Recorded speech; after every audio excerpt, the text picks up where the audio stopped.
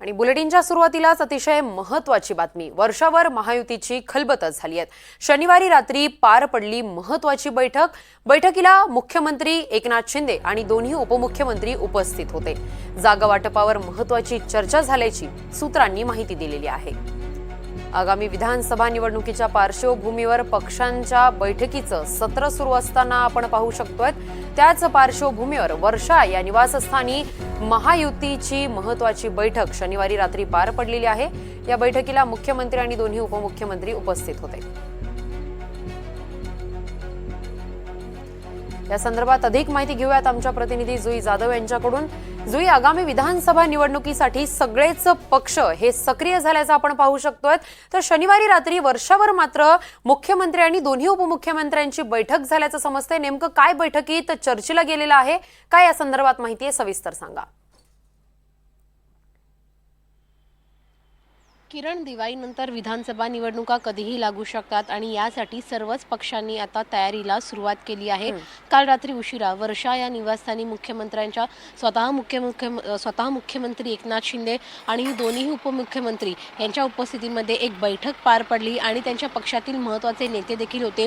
या बैठकीमध्ये जर आपण पाहिलं किरण, तर मग प्रामुख्याने विधानसभा निवडणुकीवरती अजूनही 53 जागा वाटपांचा तिढा 53 जागांवरचा तिढा कायम आहे। या जागांवरती चर्चा करण्यात आली। अमित शहा यांचा मुंबईचा दौरा होईल, मात्र त्या दौऱ्याच्या आधीच या 53 जागांचा तिढा कसा सोडवायचा याची चर्चा केली गेली। त्यासोबतच इतरही ज्या काही जागा आहेत ज्याच्यावरती तिढा आहे, म्हणजेच जर आपण पाहिलं तर मग तिथे कोणाचा मतदारसंघ आहे, कोणाची जास्त ताकद आहे, या सगळ्याचा आढावा घेतला गेला आणि ती जागा त्या पक्षाला जाईल असं देखील ठरवलं गेलं।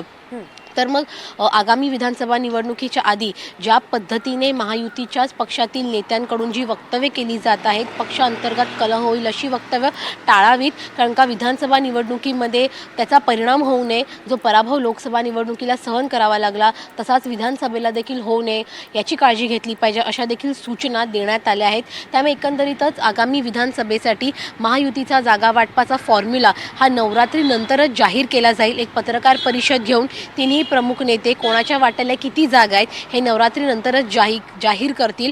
आज किंवा उद्या या 2 दिवसांमध्ये अजून एक बैठक होईल आणि या बैठकीमध्ये कदाचित निश्चित केलं जाईल की नेमका कोणाच्या वाटेला कुठली आणि किती जागा आहेत। आणि त्यानंतर अमित शहा यांच्या मुंबई दौऱ्याच्या आधी हे सर्व तिढा सोडवला जाईल आणि त्यांच्या पुढे जागा वाटपाचा फॉर्म्युला ठेवला जाईल आणि मगच माध्यमांसमोर जाहीर केलं जाईल की नेमका कोणाच्या वाट्याला किती आणि कुठे जागा आहेत त्या। किरण, नक्कीच जुई, आपण जर पाहिलं तर कालच एनडीटीव्ही मराठीला सूत्रांनी अशी माहिती दिली होती की येत्या 3 ऑक्टोबरला म्हणजेच नवरात्रीच्या घटस्थापनेच्या दिवशी मतदारांची पहिली यादी जाहीर होणार आहे। या संदर्भात या बैठकीतही चर्चा झालेली आहे का?